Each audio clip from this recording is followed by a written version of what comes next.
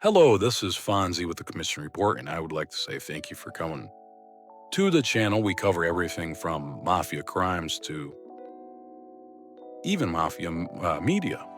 So today, we are reviewing The Godfather, written by Mario Puzo. The release date was March 10th, 1969. It has 446 pages, and the publication place was the United States. The publisher was G.P. Buntnams and Sons. The cover artist was S. Neo Fujita. Fujita? I don't know how it's done. But I'm going to read off Wikipedia real quick. I'm going to summarize it. Basically, The Godfather is a crime novel by Italian-American author Mario Puzo. He published it on the 10th of March 1969. The novel describes a story of a fictional crime family in New York, headed by Vito Corleone, the Godfather. The novel spans across years from 1945 to 1955. It covers everything from Vito's early childhood to his death later on in the novel, following that up with Michael taking the reins of the New York family. The Godfather, this is Wikipedia. The Godfather is noteworthy for introducing Italian words like consigliere, capo regime, cosa nostra, and omerta to an English-speaking audience. It was adapted into the iconic 1972 film with the same name, which won 2 Academy Awards for Best Picture. All right, I'm going to stop reading from Wikipedia, but Wikipedia is a really rich resource.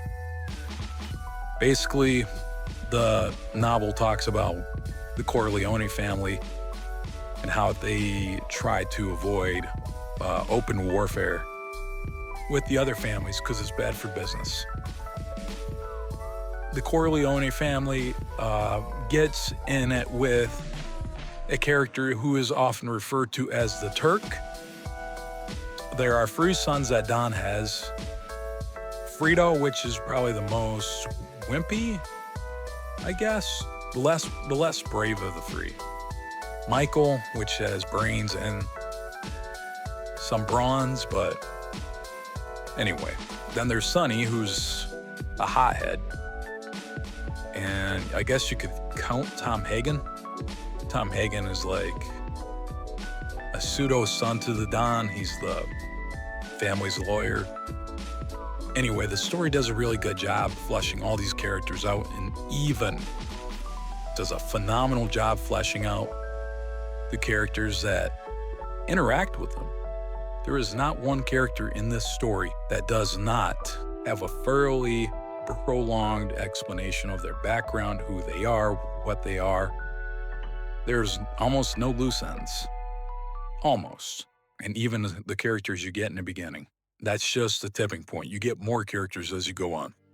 All right, so to finish up real quick, the Turk has an assassination attempt on Don Corleone.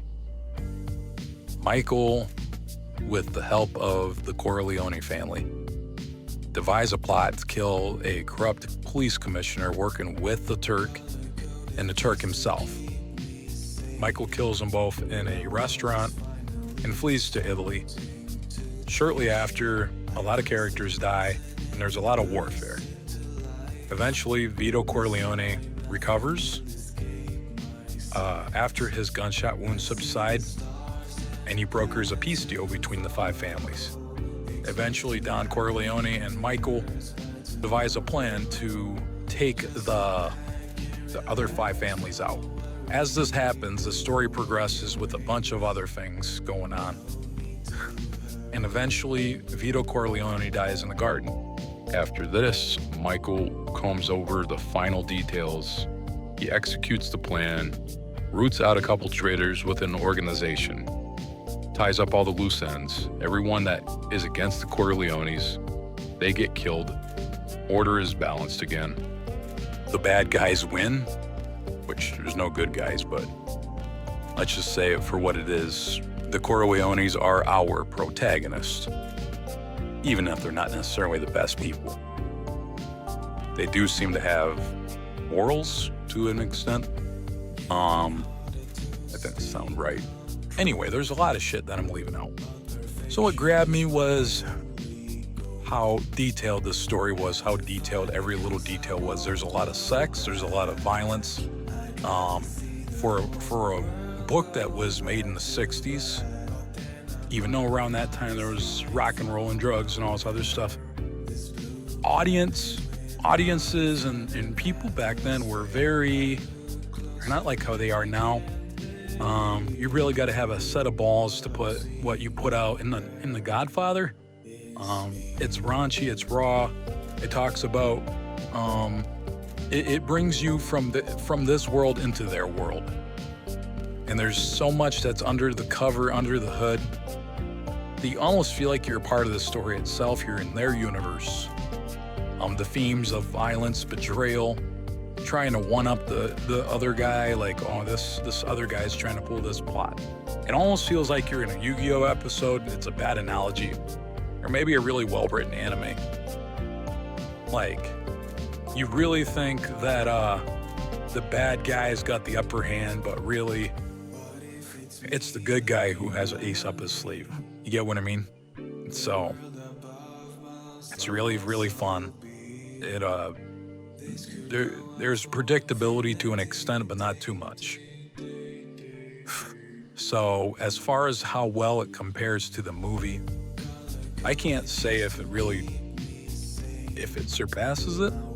I, for one, watched the movie way before I even started this channel. And I remember one night, it must have been when I was in my early 20s, give or take, late teens, early 20s. And I remember booting up a site, and I was watching it on some site. And I hooked up my HDMI cable from my laptop to the TV, and I'm watching it, and I'm like, okay, there's this wedding scene, and okay. I just didn't find it interesting because I didn't know what was going on. I was kind of half paying attention. It's my bad. If you have a hard time kind of understanding plots, like if you really need stuff force-fed to you, I would recommend the book over the movie. That's my opinion, though. I'm only going off memory. In the movie, I believe there's 3 to 3.5 hours of footage, plus the 25 minutes they cut out, so that really makes it almost 4 hours long, even if you include the 25 minutes of footage. If we're basing everything off of the book in itself, the audible version that I read or listened to, we're missing about 14 hours of content. I can't say exactly what's missing. What I know off of loose research I've done, I know some of the stuff from Sicily's missing. I'm willing to bet the stuff with Johnny Fontaine is cut out. I'm willing to bet some of the stuff with Lucy or whoever that gal that was banged by Sonny. I definitely skipped over that part in the novel. I did not like that part. There was way too much sex, way too much romance. I did not care for it. I literally skipped over 50 minutes. By the way, Lucy had an affair with Sonny, and Sonny was like getting married, I think. Or maybe he wasn't. It was another person. I think he had a woman. But there was Johnny Fontaine, who's supposed to be this friend of the family, and he's like a Frank Sinatra type. And they all go to Vegas, and there's way too much content to cover. But I would definitely say The Godfather is a worthwhile read. Maybe even a worthwhile listen if you have Audible. I really recommend it. They did a solid job on the Audible book. And from what I can tell, it's left a very big cultural impact on America. And even a bunch of Italians love it. Mobsters love it. John Gotti loved it. He tried to visit Mario Puzo himself. So, yeah, I mean, even after all this time, I would recommend listening to the Audible book or at least seeing the movie. I'm sure if I saw the movie today, I would love it. However, with that said, though, we're going to be starting to do Mafia Movie Mondays soon. And yeah, I'm just going to be reviewing different movies that I watched that are related to the Mafia. And It's just going to be a free-flowing type of thing where I ramble on for 10 to 15 minutes and let you know what I think about it. Anyway, if you enjoyed this, please comment, like, and subscribe. And I definitely want to apologize for the hiatus. There was a family death. And a lot of things have been going on in my life. So I want to say I appreciate the 117 subscribers, all the views, the likes, everything. And you guys are awesome. Thank you so much. Please like, comment, share, whatever. Love you guys.